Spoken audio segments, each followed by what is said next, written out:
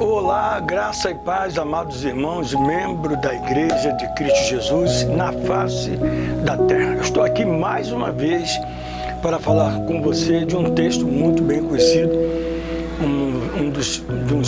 uma das citações bíblicas que surpreende o mundo do evangelismo, o amor.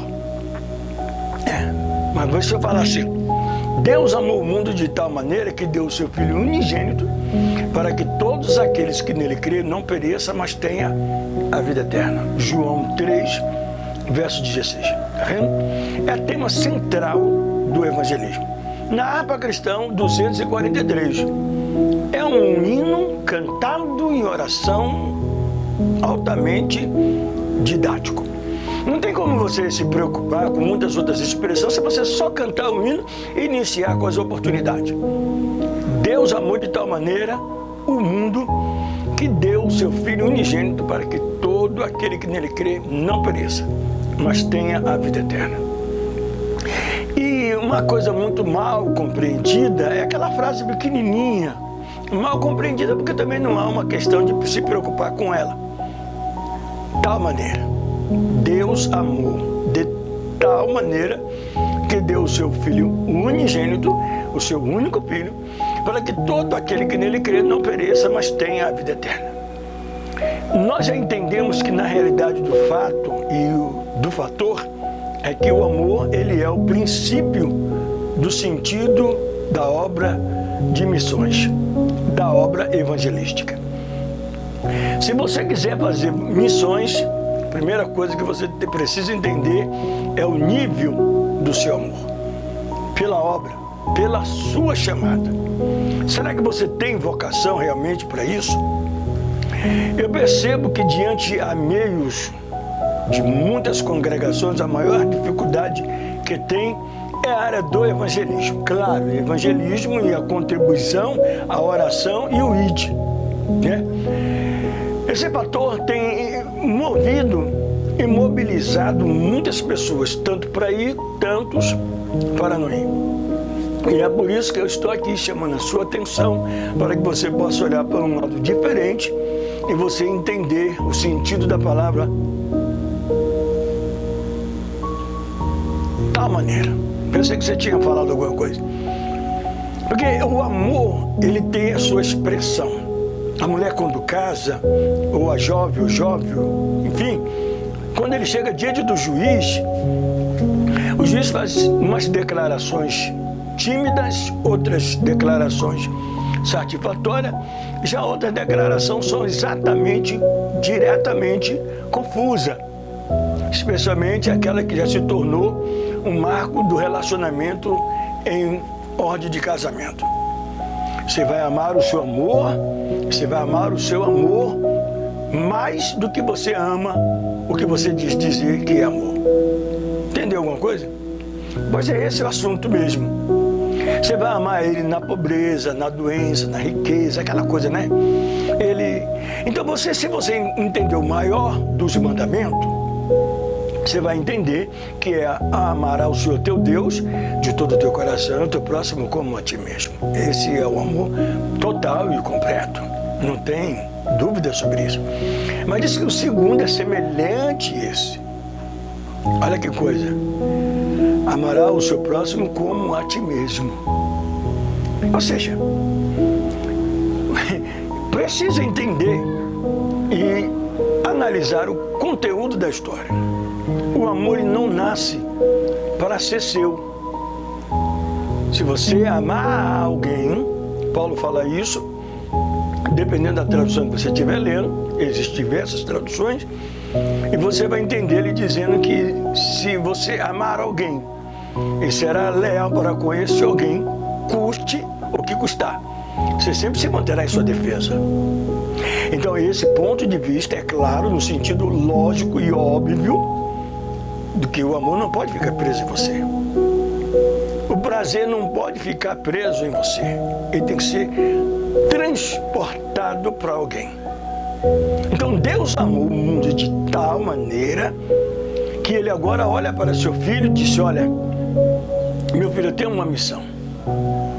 Eu tenho uma missão para você na terra. E olha aí a humanidade como é que ela caminham, todas caminham num sentido único e unânime para a perdição.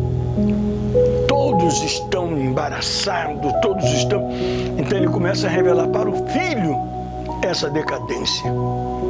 E o seu filho prontamente, sim, meu pai. Ele obedece a ordem do seu pai. E o pai já mostra que está tudo planejado, vai ser assim, o esquema vai ser esse. O projeto de salvação. O projeto de salvação, ele vai entrar no ventre de uma mulher. E vai nascer pela segunda vez. Vai sair, nascer de novo. Vai ser todo o projeto, todo o trajeto, você vai trilhar. E vai ver a humanidade. O amor de Deus com o amor dos homens. O homem, por multiplicar a iniquidade, o texto que revela, por multiplicar a iniquidade, o amor de muitos tem se esfriado. Eu até particularmente chego ao ponto de analisar o sentido de que o homem, ele tem deixado de amar de uma forma muito grosseira e tem se tornado um alvo fácil do adversário, colocando o homem contra o seu Deus, o seu Criador, o Eterno, o Soberano. Então o que acontece em torno de tudo isso? Acontece que ele começa a marchar e começa em direção a um precipício sem retorno e sem precedente, porque as consequências também serão inevitáveis. Então agora Deus envia o socorro. Vem agora Jesus Cristo, seu Filho, nascido de mulher. E o preço seria pago através de um preço caro. Não era prata e nem ouro, era sangue. Satanás queria ter o prazer de crucificar a Jesus Cristo diante daquele amor que tanto se dizia ter um para com os outros. O ser humano perdeu a essência desse amor. O ser humano, ele conseguiu analisar um conteúdo muito brilhante e abandonar o elo tão efetivo do amor. Porque quando a mulher está diante do juiz, o homem está diante do juiz, na sua cerimônia núpcia, então ela faz aquele charme maravilhoso.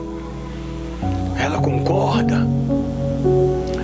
Já tive a oportunidade e privilégio de poder falar isso, porque estive em oportunidade de ver pessoas bem ornamentadas, que é aquela figura toda que protege, que arruma a mulher com aquele adorno, né? É pesado, é cansativo, mas a satisfação supera.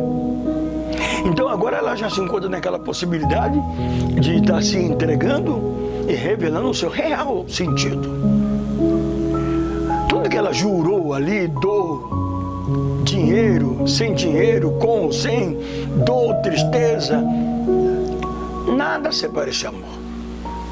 Por isso que eu estou ligando esse amor com aquele amor que está lá em Êxodo. Amarás o Senhor teu Deus de todo o teu coração e o teu próximo como a ti mesmo.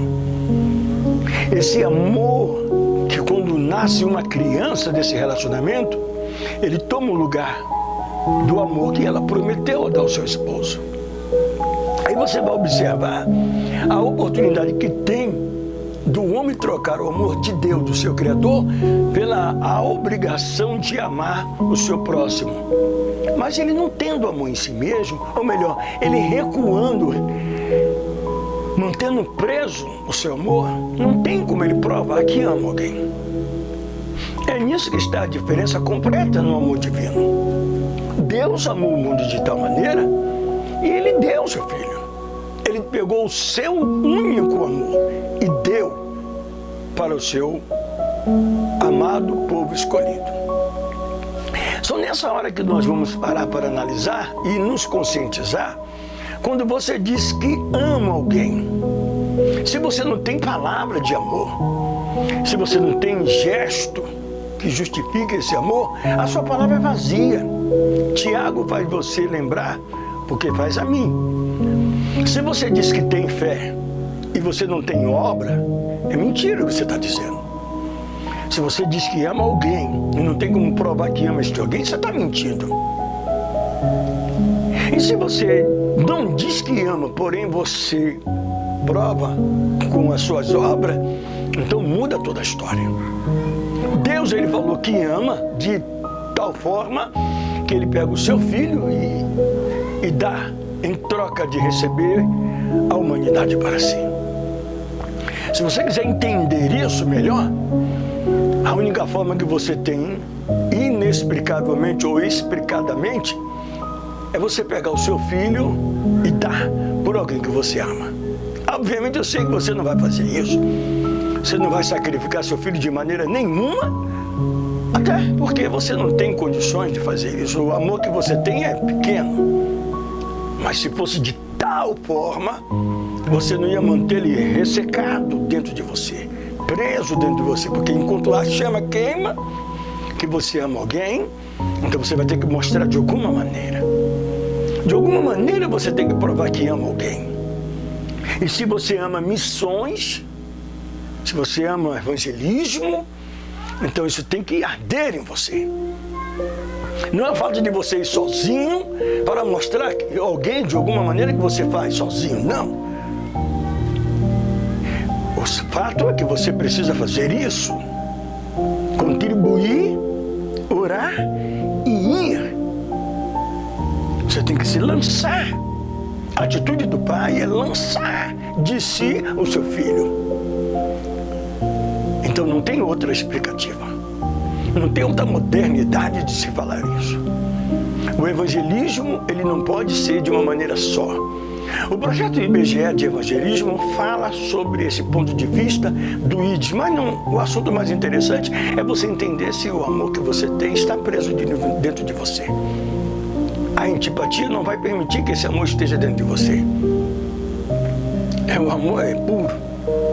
Então é muito interessante você saber entender isso e fazer com que isso aconteça de uma maneira direta, porque vai ser sobrenatural. Quando a mulher que casa com um homem, ela perde o respeito, ela perde a admiração, ela perde a simpatia que tem e pega agora o filho que nasceu e coloca no lugar. E ela ali começa a dar toda a atenção e começa a desprezar este amor. É exatamente isso. O homem Deus criou o homem, a sua imagem e a sua semelhança, e o homem perdeu o amor de Deus, perdeu o sentimento de Deus, perdeu Deus de dentro do seu interior. E em nome do Criador, o seu Deus, o eterno, o soberano, ele deveria estar amando toda a sua imagem e a sua semelhança, porque fomos criados à imagem e semelhança do eterno. Pois assim cremos e assim profetizamos a nossa fé, predizemos a nossa fé. E damos continuidade a esse crédito de confiança. Então é muito engenhoso e interessante você entender esse lado que é oculto dentro de você. Então por isso o amor não pode. Quando você ama alguém totalmente ou de tal forma, você rapidamente vai querer socorrer alguém. Você tem uma intimidade comigo de amigo, e eu te trato e você me trata como amigo. E ao você saber as minhas condições e as minhas necessidades, você estende a mão para poder socorrer. Você não vai fazer de conta que não está me vendo e vai deixar eu cair no precipício. Isso é amor ao próximo. Não vai cobiçar, não vai desejar nada que não pertence. Você não vai querer ver a minha derrota, mesmo que você não conseguiu ter a sua vitória. Então a minha derrota não vai te fazer satisfeito, porque você me ama e você me considera.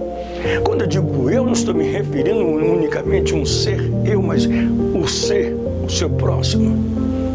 As gozações variáveis que nós entendemos e vemos na boca de muitas pessoas e de muitas formas, é que você pode até não cobiçar o que é do seu próximo, mas quando você não conhece o próximo, você pode cobiçar, pode persuadir o ganho. Bem, o tempo é suficiente de você entender se você ama ou você não ama. Se você pode contribuir com uma obra de missões, apoiando esse trabalho missionário, apoiando o ID todo mundo e pregai o Evangelho a toda criatura. Por exemplo, aqui em Salvador, exatamente em Salvador, há o ministério, a Assembleia, há o ministérios de igrejas que se espalha e preenche todo esse espaço. E quando existe uma campanha de evangelismo, que o objetivo é a alma, não é arrecadar fundos, é almas, ganhar almas, nós já saímos de nossas congregações posicionados para a obra. Então, quando você se empenha para isso e divulgando a raiz única e santa que é do Evangelho, a única semente que nós temos que plantar, lembrando Jesus falando na parábola do semeador, é esse que o semeador saiu a semear. A coisa interessante que eu não posso negar de dizer isso, que eu nunca meditei na questão que o saco, a semente caiu. E interessante que o conteúdo da história, obrigado, ele não vai continuar com o semeador. Ele vai diferente. Ele vem de um padrão diferente. Ele desenvolve em um quesito diferente. E é bom você analisar isso com muita propriedade, porque ele se estreita de uma forma única, sem limite. Então é muito bom você entender o valor essencial que tem a obra de evangelismo. Não é você fazer um espetáculo para chamar a atenção de muitos, porque Jesus decide por todo mundo e pregar o evangelho a toda criatura. Eu acho muito bom quando eu passo num determinado lugar e vejo um grupo falando do amor de Cristo. Já tive a oportunidade de parar, ficar esperando, e por eu não fazer parte daquele grupo, não ter oportunidade. E isso é interessante porque você vê o partidarismo. Então, quando entra o partidarismo, não entra o amor. Se entrou o partidarismo, não entra o amor. Perdeu-se a essência. Ou está perdendo a essência. O amor ele não pode ficar retido em você só. E quando estou numa área de evangelismo, a única coisa que eu almejo é a minha oportunidade de poder ter a chance de expressar o desejo de contribuir. Porque você pode contribuir de várias formas, deixa eu te dizer para você. Indo, orando e financeiramente dando sustento, suporte aos que estão em missões. Eu não sei como é na sua congregação, por certo, os dízimos e as ofertas fazem parte disso, mas tem um culto específico chamado culto de ordem missionária. E se você quiser entender melhor esse ponto de vista, basta que você se enquadre no perfil de um missionário e esteja distante da sua pátria. Esteja distante da sua pátria. Aí você vai sentir a falta de muita coisa da onde você está e da onde você é nascido e criado. Você vai ver a dificuldade de comprar, de se alimentar e de se manter. Tanto você, sua esposa, seu filho. Então é muito bom você olhar para esse lado missionário e entendendo os que são chamados para essa obra. Os homens que vão à missão, guerra, que vão à missão de saúde pública. O que é uma saúde pública? Observe. Quando você sai em busca de almas para salvar, para curar, para ver restauradas, esses são os seus amores. Hoje nós estamos acompanhando guerra que estão no exterior do estado, fora do nosso país, e nós estamos vivendo a dificuldade que estão para se salvar a alma e a luta para poder vencer salvando a alma. Missão é um trabalho onde você se desempenha corpo, alma e espírito. Você precisa estar totalmente envolvido nesta obra. Agora, muito também, para nós quitar esse assunto, é você entender o amor que foi pago na cruz do Calvário. E ali nós temos dois exemplos de duas pessoas, de dois quadros de pessoas. Do lado, um homem condenado à morte também na cruz. Do outro lado, outra pessoa também condenada. E quando esse começou a falar, começou a zombar, juntamente com os escarnecedores, um se manifestou e disse: Senhor, lembre de mim quando estiveres no teu reino. E o Senhor disse a ele: hoje mesmo estarás comigo no paraíso. Você vê que o amor é tão grande que Judas não teve a dificuldade de ser perdoado. Ele teve a dificuldade de não enxergar o perdão que estava sendo dado gratuitamente a ele. Se você analisar o efeito colateral das coisas, você vai perceber que as pessoas não são condenadas, não é porque não teve o amor. Você vai entender que as pessoas não tiveram, simplesmente não abriram mão para receber as coisas dadas a ele, como o presente de Deus. A humanidade não foi condenada porque Deus está virado com elas. Não. Elas rejeitaram. Eles não creram. Todo aquele pois que crê que Jesus Cristo é o Senhor, esses serão salvos. Mas quem não crê será condenado. A mensagem está sendo divulgada, a mensagem está sendo anunciada. E o mundo está aí em grande caos, uma grande guerra espiritual. O Deus deste século tem cegado o entendimento dos incrédulos para que sobre ele não resplandeça a glória do Evangelho. Muita gente está olhando para um lado e esquecendo o lado real da história. E Jesus Cristo, ele vem buscar um povo. Você pode ver a cronologia bíblica. Você pode ver os relatos bíblicos, a advertência e a admoestação concernente das coisas que estão para acontecer. E aqui já estão acontecendo. O avanço da tecnologia tem sido um alvo de grande espanto. Algumas pessoas não estão entendendo. O sinal da besta que está para vir, algumas pessoas tentam fazer simulações de vários modelos sinalísticos, tentando apontar o lado certo ou o lado... tentando acertar o alvo. Outros já dizem que o celular é o equipamento de uso de comunicação. Ele seria o número da besta. Será que sim? Será que não? Existem muitas coisas, mas ele tem o acesso, porque quem não tem hoje um celular está tendo dificuldade de se entrar no mundo virtual para comprar, para vender e para negociar as suas dívidas. Então você vai entendendo como é que está a pessoa que não tem o manejo, não sabe se comover, não sabe se mover, melhor dizendo, com a tecnologia, tem uma certa dificuldade para se relacionar com o poder.